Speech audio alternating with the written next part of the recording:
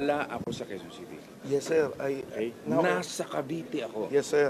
Now, Paano ako napapunta doon? sir, Now that you know, it's not my vehicle. yes, sir.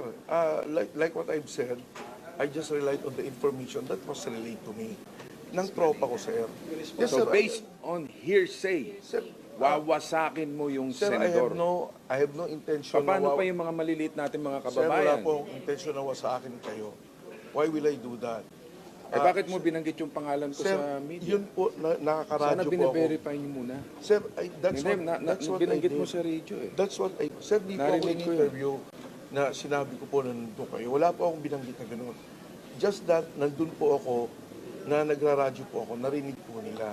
Hindi, alam mo, Colonel, ako, bugbog na ako sa maling Sir, paratang. I have no Okay? intention. Ako, kahit saan ako pumunta, hindi ako umaatras sa mga Yes, sir. laban na... Yes, sir. I understand. Yung sa totoo lang ako. Yes, sir. I No? understand. Ako rin po nasa to. Ang Oo. sinabi ko lang, sir, Nasa totoo ka? I have no intention of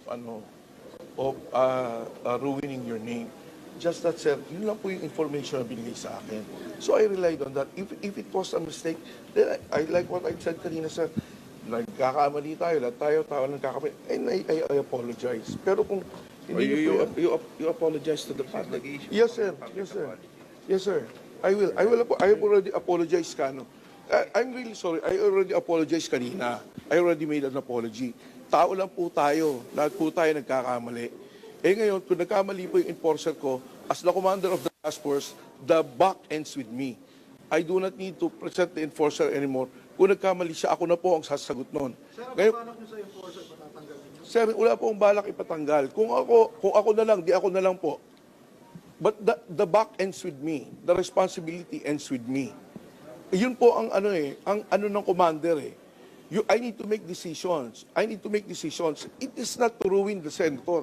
Alam ko po yung pangalan ng senator. We have common friends. Wala po akong intention na sirain. Kaya kung nagkamali ako na lang po. Ako na lang. That's part of my responsibility. Senator, That's my ang decision po ng management, we discussed it kanina. We will suspend Colonel Nebrija pending investigation po kung ano talaga yung nangyari at punot dulo. Una-una, itapes na may mga violations po kasi bakit naglilik yung pangalan ng mga nahuhuli, which is hindi naman po dapat. And second, kahit naman po sino na nag-name drop, hindi naman po dapat pinalilibre. Yun po yung policy namin. Dapat hulihin kung Yes, sir. sino man yung di ba? Yes, sir. Tikitan nyo. Yes, sir. Kasi ang dami po talagang nag-name drop. And ang instructions ko naman po, kahit na nag-name drop, ay hindi po talaga dapat payagan. It's just that, yun nga po ang sinasabi ko kanina kay Colonel Nebrija, na bakit lumalabas yung mga pangalan, lalong-lalo na yan, kung mali pala. Kawawa naman yung mga napapangalanan na mali. Kaya nga po kami na andito para kasama po ako na mag-i-issue ng public apology sa inyo at to clear your name, Senator. Senator Revilla, message na kay Mr. Revilla, sir. Alam mo, as you said, no? Yes, sir. Tao lang kayo, nagkakamali. Yes, sir. And Kaya that's why I apologize, sir.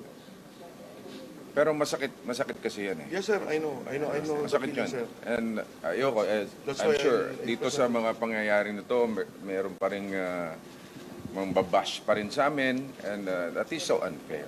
Dahil tayo'y sumusunod sa batas trapiko, matindi na yung pinagdaanan ko sa buhay, tapos Yes, sir. wawasakin nyo ng ganyan lang ng walang kakwenta-kwenta. In fact, nakakatawa nga itong issue na to eh, traffic.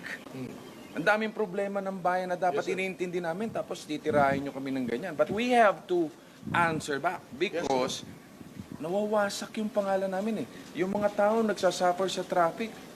Like what I've said, Tapos sir, there was no intention. yung ganyan, VIP treatment, sasabihin, pipili, ile-let go mo, dapat tinikitan mo.